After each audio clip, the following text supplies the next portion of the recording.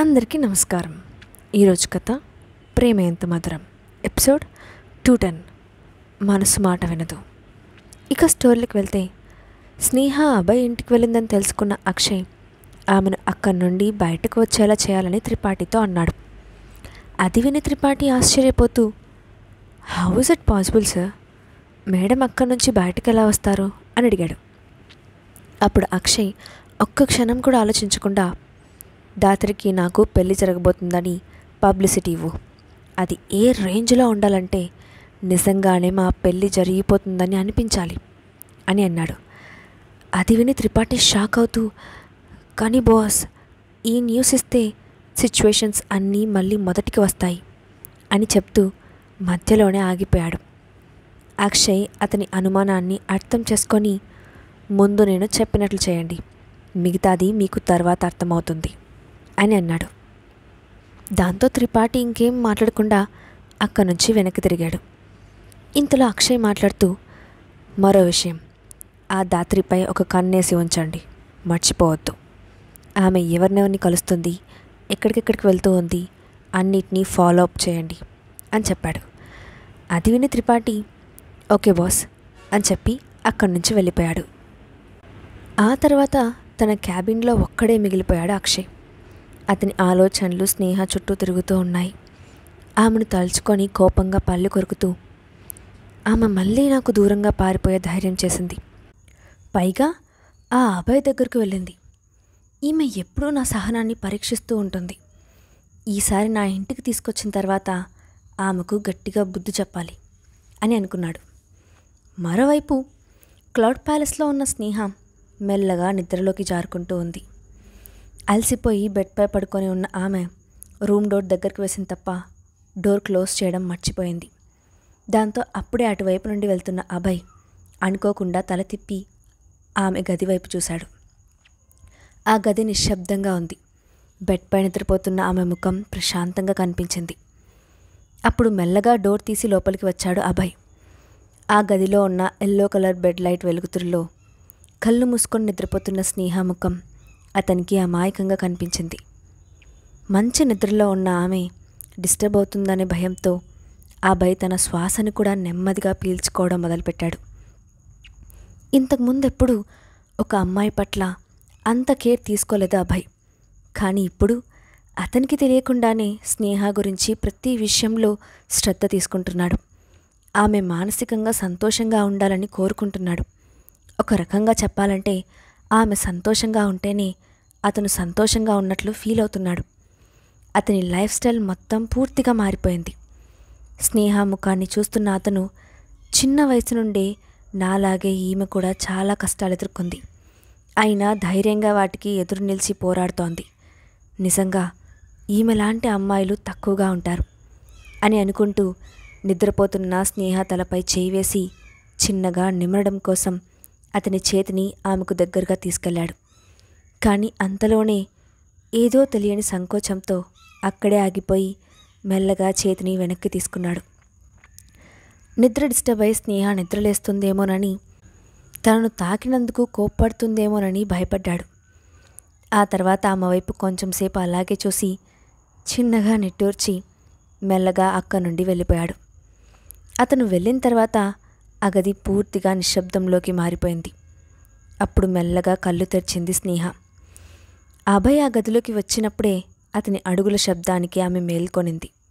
కానీ కళ్ళు తెరవడానికి భయపడి దుప్పటిని గట్టిగా కప్పుకొని మౌనంగా పడుకుంది. తన పక్కన ఉన్న అభయ్ మౌనంగా నిట్టూర్చడం ఆమెకు అర్థమవుతూనే ఉంది. అప్పటిదాకా దుప్పట్లో బిగుసుకుపోయిన ఆమె శరీరం అప్పుడే కొంచెం రిలాక్స్ అయింది. అభయ్ బయటికి వెళ్ళిన ఆ డోర్ వైపు చూస్తున్న స్నేహ, ఇతన్ని అర్థం చేసుకోవడం చాలా కష్టంగా ఉంది అని అనుకుంది. ఒక్కసారిగా ఆమెలో భయం ప్రవేశించింది. హఠాత్తుగా అక్షయ్ను మిస్ అవుతున్న ఫీలింగ్ కలిగింది. అతని దగ్గర ఉన్నప్పుడు వచ్చిన సెక్యూర్డ్ ఫీలింగ్ ఆమెకి ఎక్కడా దొరకడం లేదు. అనుకోకుండా ఆమె మనసంతా అలజడిగా మారిపోయింది. ఆ క్షణం తనలో రేగుతున్న భావోద్వేగాలన్నిటినీ అణుచుకొని ఆమె బెడ్పై మరింతగా ముడుచుకుంది. మరోవైపు ఆ గది నుండి బయటకు వచ్చిన అభయ్ అప్పటి వరకు గట్టిగా బిగించుకున్న తన పిడికిల్ని వదులుగా చేశాడు. అతను కాసేపటి క్రితం స్నేహ తలపై చేయి పెట్టబోతున్నప్పుడు ఆమె నుదురు ముడుచుకోవడం అంత చీకట్లో కూడా అతని కంటపడింది. ఆమె నిద్రపోలేదని అతనికి తెలుస్తూనే ఉంది. ఆమె కళ్ళు మూసుకొని ఉండి కూడా తన చెయ్యి ఆమెను తాక్కూడదని స్నేహ కోరుకుందని అభయ్కి అర్థమైంది. ఆమె తనను పరాయివాడిగానే చూస్తుందనే ఫీలింగ్ అతను అనుభవించగలిగాడు. దాంతో అతని కళ్ళు ఏదో ఆలోచిస్తున్నట్లు లోతుగా మారాయి. స్నేహకు దగ్గరవడానికి ఏదైనా మార్గం వెతకాలని అతను అనుకున్నాడు. ఎందుకో తెలియదు కానీ ఆమెను వదులుకోవాలని అతను అనుకోవడం లేదు. స్నేహ మొండితనం అతన్ని ఇంకా ఎక్కువగా ఆకర్షిస్తోంది. అందుకే ఆమె కోసం, ఆమె మనసు మారడం కోసం ఎన్ని రోజులైనా ఎదురు చూడాలని అనుకున్నాడు. ఒకే సమయంలో గది లోపల ఉన్న స్నేహ అక్షయ్ గురించి ఆలోచిస్తుంటే, గది బయట ఉన్న అభయ్ స్నేహ గురించి ఆలోచిస్తున్నాడు. తర్వాత రోజు ఉదయం తెల్లవారేసరికి వేద గ్రూప్ CEO అక్షయ్కి, ధాత్రి ఎంటర్ప్రైజెస్ MD ధాత్రికి మరో వారంలో పెళ్లి జరగబోతుందనే వార్త వ్యాపించడం మొదలైంది. వేద గ్రూప్ నుంచి అఫీషియల్గా న్యూస్ బయటకు రావడంతో సోషల్ మీడియాలో, టీవీలో ఎక్కడ చూసినా అదే టాపిక్ మాట్లాడుకోవడం మొదలుపెట్టారు. క్లౌడ్ ప్యాలెస్లో ఉన్న స్నేహ నిద్రలేచి మెల్లగా ఫ్రెష్ అయ్యి కిందకు వచ్చింది. అప్పటికే హాల్లో కూర్చొని టీవీ న్యూస్ చూస్తూ ఉన్నాడు అభయ్. అతను స్నేహను చూడగానే నవ్వుతూ గుడ్ మార్నింగ్ అని విష్ చేశాడు. స్నేహ కూడా ఏమీ జరగనట్టే చిన్నగా నవ్వి గుడ్ మార్నింగ్ అని అంది. బ్రేక్ఫాస్ట్ రెడీగా ఉంది, నీకోసమే వెయిట్ చేస్తున్నాను అంటూ అభయ్ లేచి డైనింగ్ టేబుల్ దగ్గరకు వెళ్ళాడు. దాంతో స్నేహ కూడా ఏం మాట్లాడకుండా వెళ్ళి డైనింగ్ టేబుల్ దగ్గర కూర్చుంది. సరిగ్గా అప్పుడే హాల్లో ఉన్న టీవీలో నుండి మరో వారం రోజుల్లో పెళ్లి చేసుకోబోతున్న మోస్ట్ ఎలిజిబుల్ బ్యాచిలర్ వేద గ్రూప్ CEO అక్షయ్ అంటూ బ్రేకింగ్ న్యూస్ పెద్దగా వినిపించింది. అప్పుడే టేబుల్ దగ్గర కూర్చొని వాటర్ గ్లాస్ చేతిలో పట్టుకున్న స్నేహ చెవులకు ఆ వార్త తాకింది. దాంతో ఒక్కసారిగా ఆమె చేయి వణికి ఆమె చేతిలో ఉన్న గ్లాస్లో నీళ్లు కదలడం మొదలుపెట్టాయి. కానీ ఆమె చాలా త్వరగా తన ఎమోషన్స్ను కంట్రోల్ చేసుకుంటూ అసలు తానేం విననట్లుగా మౌనంగా తలంచుకొని బ్రేక్ఫాస్ట్ చేయడం మొదలుపెట్టింది. అభయ్ తన కళ్ళతోనే ఆమెలో జరుగుతున్న సంఘర్షణను గమనించాడు. అయినా వెంటనే తల తిప్పుకొని ఆమెను చూడనట్టే నటించాడు. అతని మనసులో హఠాత్తుగా నిరాశ ఆవరించింది. స్నేహ బయటకు చెప్తున్నట్లు అక్షయ్ని పూర్తిగా వదులుకోలేదని అతనికి అర్థమైంది. టీవీలో న్యూస్ మళ్ళీ మళ్ళీ ప్లే అవుతోంది.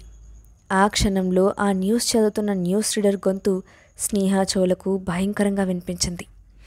టేబుల్ దగ్గర ఉన్న ఆ ఇద్దరూ ఒక్క మాట కూడా మాట్లాడకుండా బ్రేక్ఫాస్ట్ పూర్తి చేశారు.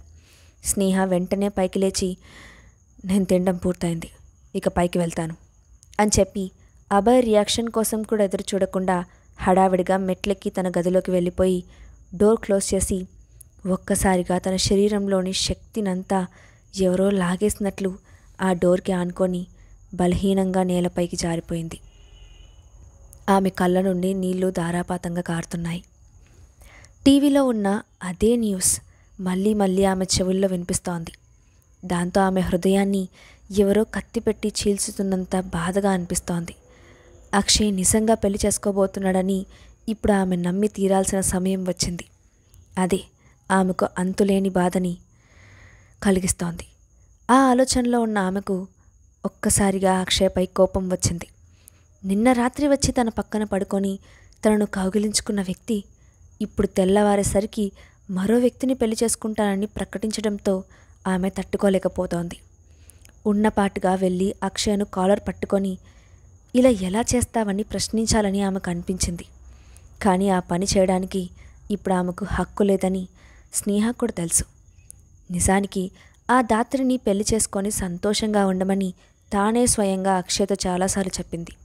తీరా ఇప్పుడు అది నిజమవుతూ ఉంటే ఆమె మనస్సు దాన్ని అంగీకరించలేకపోతోంది. మనుషులు నిజంగా వింత జీవులు. మనల్ని కావాలనుకునే వాళ్ళు కళ్ళ ముందే ఉన్నా కాదనుకుంటారు. వద్దనుకున్న వాళ్ళు ఎంత దూరాన ఉన్నా వాళ్ళతోనే ఉండాలనుకుంటారు.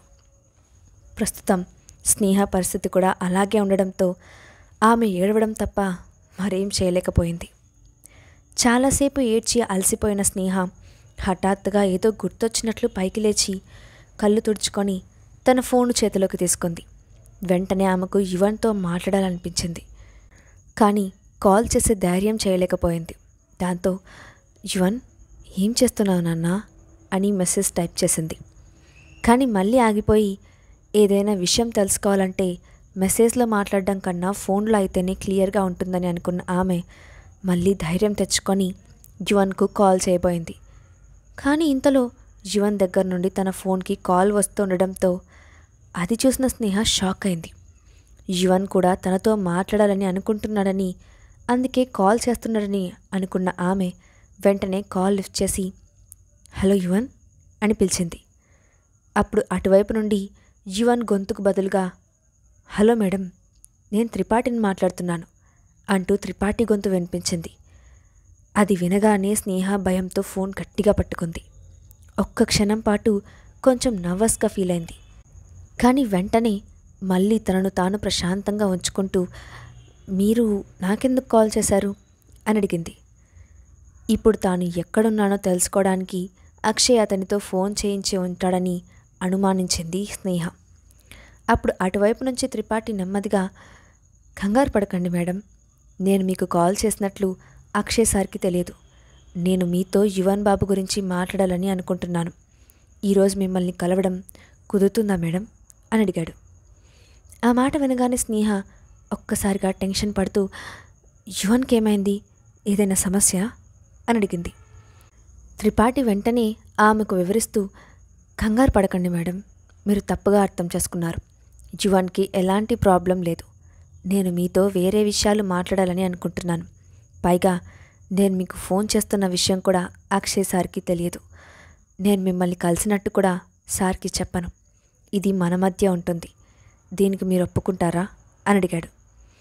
యువన్కి ఏమీ కాలేదని తెలిసినా కూడా స్నేహ ప్రశాంతంగా ఉండలేకపోయింది. దాంతో ఆమె అనుమానంగా, మీరు నిజమే చెప్తున్నారా అని అంది. అవును మేడం, మీరు నన్ను నమ్మండి అని చెప్పాడు. కానీ త్రిపాఠి చాలా సంవత్సరాలుగా అక్షయ్ దగ్గర వర్క్ చేస్తున్నాడు కాబట్టి అక్షయ్కి తెలియకుండా తనను కలుస్తాడని ఆమె అనుకోవడం లేదు. దాంతో అతన్ని కలవాలా వద్దా అన్న ఆలోచనతో ఆమె మౌనంగా ఉండిపోయింది. అది అర్థం చేసుకున్న త్రిపాఠి, మేడం, ఈ విషయం సార్కి తెలియదని నేను హామీ ఇస్తున్నాను. మీరు నన్ను నమ్మచ్చు అని మళ్ళీ చెప్పాడు. దాంతో ఒక క్షణం పాటు మౌనంగా ఉన్న స్నేహ ఆలోచిస్తూ, త్రిపాఠి గారు అక్షయ్కి తెలియకుండా ఈ పని చేస్తున్నారంటే నమ్మలేను. కానీ నేను యువన్ గురించి తెలుసుకోవాలి కాబట్టి అతన్ని కలవడానికి వెళ్ళి తీరాలి. ఆ తర్వాత ఏం జరుగుతుందో చూద్దాం అని తనకు తానే సమాధానం చెప్పుకొని, సరే, ఎక్కడికి రావాలో లొకేషన్ షేర్ చేయండి అని చెప్పింది స్నేహ. ఆ మాట విని త్రిపాఠి తేలిగ్గా ఊపిరి పీల్చుకుంటూ, థ్యాంక్ యూ మేడం, నేను మీకు లొకేషన్ పంపుతాను అని చెప్పి ఫోన్ పెట్టేశాడు. నిజానికి స్నేహ మేడంను ఆ అభయ్ ఇంటి నుండి బయటకు రప్పిస్తానని చెప్పి తన పెళ్లి న్యూస్ అనౌన్స్ చేయమని అక్షయ్ చెప్పినప్పుడు త్రిపాఠికి అంత అయోమయంగా అనిపించింది. ఒకవైపు స్నేహ కోసం ఆరాటపడుతూ, మరోవైపు దాత్రితో పెళ్లి న్యూస్ ఎందుకు రిలీజ్ చేయమన్నారో అతనికి అర్థం కాలేదు. కానీ కాసేపటి తర్వాత అతని మనసుకి ఏదో తట్టినట్లు అనిపించింది.